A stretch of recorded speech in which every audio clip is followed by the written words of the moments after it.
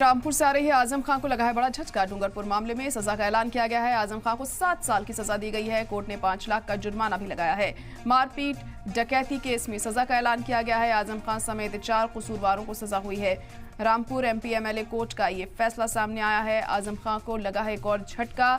इस फैसले के बाद रामपुर से इस वक्त की बड़ी खबर आपको बता रहे हैं। डूंगरपुर मामले में सजा का ऐलान किया गया है। आजम खान को 7 साल की सजा का ऐलान किया गया है। कोर्ट ने 5 लाख का जुर्माना भी लगाया है आजम खान पर। अब मुश्किलें बढ़ती दिखाई दे रही हैं आजम खान की और ज्यादा। मारपीट डकैती केस में ये सजा का ऐलान सामने आया है आजम खान की। आजम खान समेत 4 और कसूरवारों को सजा सुनाई गई है। रामपुर की एमपी एमएलए कोर्ट ने ये बड़ा फैसला सुनाया है और आजम खान के खिलाफ ये फैसला आया है। 7 साल की सजा हुई है उन्हें। इस मामले में एक बड़ा झटका आजम खान के लिए। रामपुर से हम खबर इस वक्त आपको बता रहे हैं। डूंगरपुर मामले में सजा का ऐलान कर दिया गया है और हमारे नुमाइंदे विशाल इस वक्त फोन लाइन पर जुड़ चुके हैं। विशाल, तो आजम खान को एक और झटका, यहाँ 7 साल की सजा का ऐलान किया गया है, क्या अपडेट?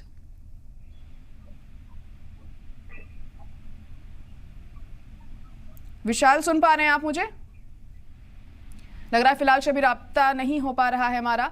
आपको बता दें कि आजम खान को बड़ा झटका लगा है। यहाँ पर एमपी एमएलए कोर्ट ने उनके खिलाफ सजा का ऐलान कर दिया है। 7 साल की सजा उन्हें दी गई है। डूंगरपुर मामले में ये सजा सुनाई गई है आजम खान को। आजम खान को 7 साल की सजा हुई है और साथ ही साथ 5 लाख का जुर्माना भी आजम खान को देना होगा।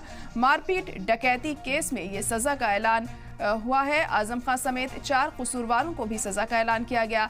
रामपुर की एमपी एमएलए कोर्ट ने ये बड़ा फैसला सुनाया है। जाहिर तौर पर अब आजम खान की मुश्किलें भी बढ़ती हुई हमें दिखाई देगी, क्योंकि 7 साल की सजा उन्हें इस मामले में सुनाई गई है और इसके अलावा 5 लाख का जुर्माना भी उन पर लगाया गया है। तो बड़ी खबर रामपुर से इस वक्त, बड़ा झटका आजम खान के लिए। डूंगरपुर मामले में हुआ है सजा का ऐलान।